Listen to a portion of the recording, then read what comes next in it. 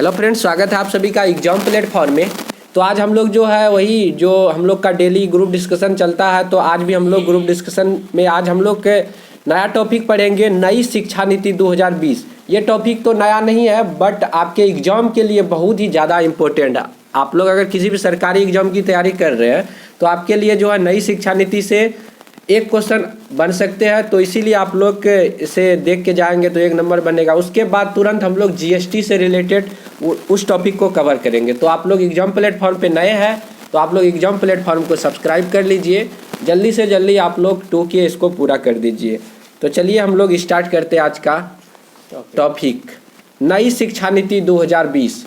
तो हम जो पढ़ेंगे नई शिक्षा नीति 2020 पढ़ेंगे, तो इसका घोषणा पूछा जाता है कि नई शिक्षा नीति 2020 का जो है घोषणा कब हुआ है? 29 जुलाई 2020 29 जुलाई 2020 को। उसके बाद एक क्वेश्चन फिर इससे बनता है कि इसका घोषणा जब जो हुआ था तो उस समय जो है शिक्षा मंत्री कौन थे? उस समय रमेश पोखरियाल निशंक जी थे। तो लेकिन शिक्षा मंत्रालय का उस टाइम में नाम क्या था? उस समय मानव संसाधन विकास मंत्रालय था। बट अब ये भी क्वेश्चन पूछा जाता है कि शिक्षा मंत्रालय का जो नाम बदल के शिक्षा मंत्रालय किया, तो पुराना नाम क्या था इसका? मानव संसाधन विकास मंत्रालय। और रमेश पोखरियाल निशंक जी थे उस टाइम में जब नया शिक्षा नीति लागू किया गया था। तो अब फिर एक क्वेश्चन आपका बनेगा कि किसके अध्यक्षता में नई शिक्षा नीति का जो है मसौदा तैयार किया गया था? तो किसकी अध्यक्षता में? तो ये इसरो के जो प्रमुख थे के कस्तूरी रंजन, उन्हीं की अध्यक्षता में। तो इसरो के प्रमुख थे कौन?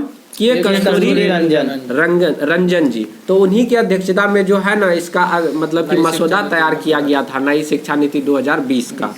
अब फिर क्वेश्चन हम लोग यहाँ से एक इसके यदि अंदर जाएंगे, थोड़ा डीपली जाएंगे, तो इसरो से रिलेटेड, इसरो का स्थापना कब हुआ था? 15 अगस्त 1969 को। और प्रेजेंट टाइम में इसके अध्यक्ष कौन है? एस सोमनाथ।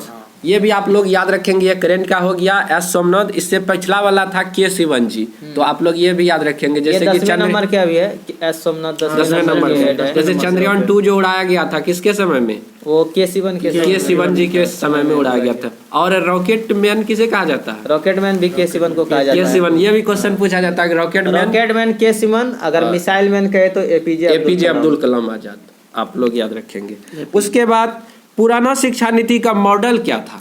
पुराना शिक्षा नीति 10+2 के मॉडल 10+2। देखिए पुराना शिक्षा नीति 10+2 था, तो अब जो है नया शिक्षा नीति का जो मॉडल लाया गया है 10+2 के जगह पे, वह कौन सा मॉडल लाया गया है? 5+3+3+4, मतलब 53 34 5+3+3+4 इसको लाया गया है।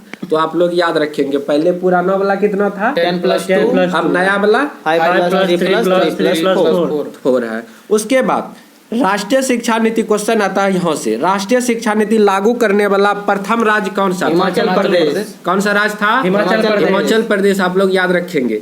उसके बाद सेकेंड क्वेश्चन आएगा फिर कि नया शिक्षा नीति जो लागू करने वाला सेकेंड राज्य कौन सा? मध्य प्रदेश। तो इस तरह से नई शिक्षा नीति से इतना सारा क्वेश्चन बन सकता है। ये करेंट का टॉपिक भी है, तो आप लोग इसे पढ़ के जाएंगे तो एक नंबर आपका एग्जाम में बढ़ सकता है। तो चलिए इसके बाद हम लोग जीएसटी से रिलेटेड इस टॉपिक को हम लोग कवर करेंगे जो एग्जाम में क्वेश्चन आएगा। सबसे पहले हम लोग जानेंगे कि जीएसटी का फुल फॉर्म क्या होता है? Goods and service tax. Goods and service सेवा कर। इसका हिंदी मीनिंग क्या हो गया? वस्तु एवं सेवा कर। अब क्वेश्चन आता है कि जीएसटी को कब लागू किया गया था?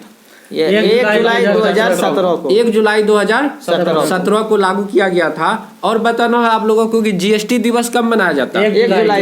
1 जुलाई को जीएसटी दिवस। और 1 जुलाई को और एक दिवस मनाया जाता है, चिकित्सक दिवस भी मनाया जाता है। चिकित्सक दिवस मतलब डॉक्टर्स डे मनाया जाता है। विधानचंद राय के जो जन्मदिन है, विधानचंद राय जो है पश्चिम बंगाल के सीएम भी थे। सीएम थे शायद, प्रथम सीएम थे वही। प्रथम, आप लोग कमेंट में बताएंगे प्रथम है क्या? तो लेकिन सीएम है पश्चिम बंगाल के, उन्हीं के जन्मदिन पे मनाया जाता है कौन? डॉक्टर्स डे, यानी कि चिकित्सक दिवस। और जीएसटी दिवस भी उसी दिन मनाया जाता है 1 जुलाई को। अब क्वेश्चन फिर से आएगा आप यहाँ पे जीएसटी से कि जीएसटी जो बिल था ये कौन सा संविधान संशोधन? 122वां संविधान संशोधन। इसमें कंफ्यूज होने की बात नहीं, यदि बिल पूछेगा तो 122। 22 मतलब 22 है तो 22 बिल हो गया। तो 122 122 हो गया आपका बिल हुआ।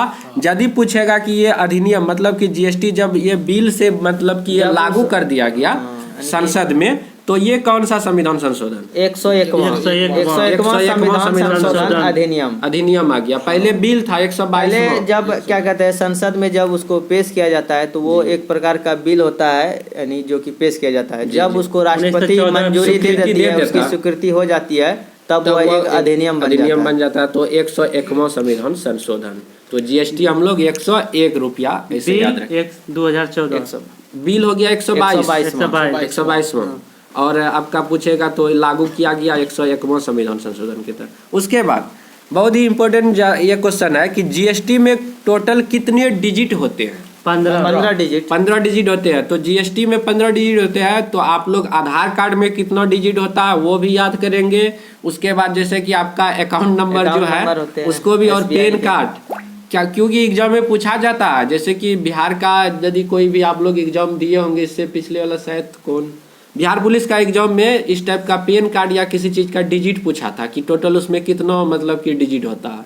तो आप लोग आधार कार्ड, आपका पहला काम बनता है आधार कार्ड, और सारे जितने भी कार्ड है उनका जो है नंबर याद करके जाएंगे कितना डिजिट होता है। उसके बाद बताना है कि जीएसटी की दर जो है कितना प्रकार का होता है? 5 प्रकार का दर होता है। तो फिर क्वेश्चन आएगा कि वो 5 प्रकार की दरें जो होती है कौन कौन होती है?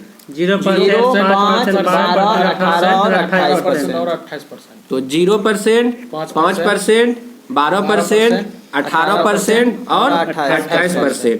उसके बाद और क्वेश्चन बनेगा यहाँ से फुल फॉर्म से रिलेटेड, जैसे कि SGST का फुल फॉर्म क्या होगा? State and service tax. एक होता है SGST, एक होता है CGST, एक होता है IGST। लेकिन इसको याद करने का कैसे याद करेंगे हम लोग? GST अगर आपको याद है, GST goods and service tax. जी। S रहे तो स्टेट आगे आ जाएगा, state goods and service tax. C रहे तो सेंट्रल, और I रहे तो इंटीग्रेटेड। और GST का वही सेम रहेगा, आप लोग कॉमन करना है। और S मतलब स्टेट, C मतलब सेंट्रल, I मतलब इंटीग्रेटेड। तो एक बार फिर से बोलिएगा, SGST का full form state goods and service tax. उसके बाद CGST का full form central goods and service tax. उसके बाद IGST का full form integrated goods and service tax. तो इस तरह से हम लोग जीएसटी और नई शिक्षा नीति आज हम लोग इस वीडियो पे कवर किए। तो छोटा ही सही, बट आपके एग्जाम के लिहाजे से ये टॉपिक बहुत ही ज़्यादा इम्पोर्टेंट है। यदि 1 नंबर आपका क्वेश्चन आ गया एग्जाम में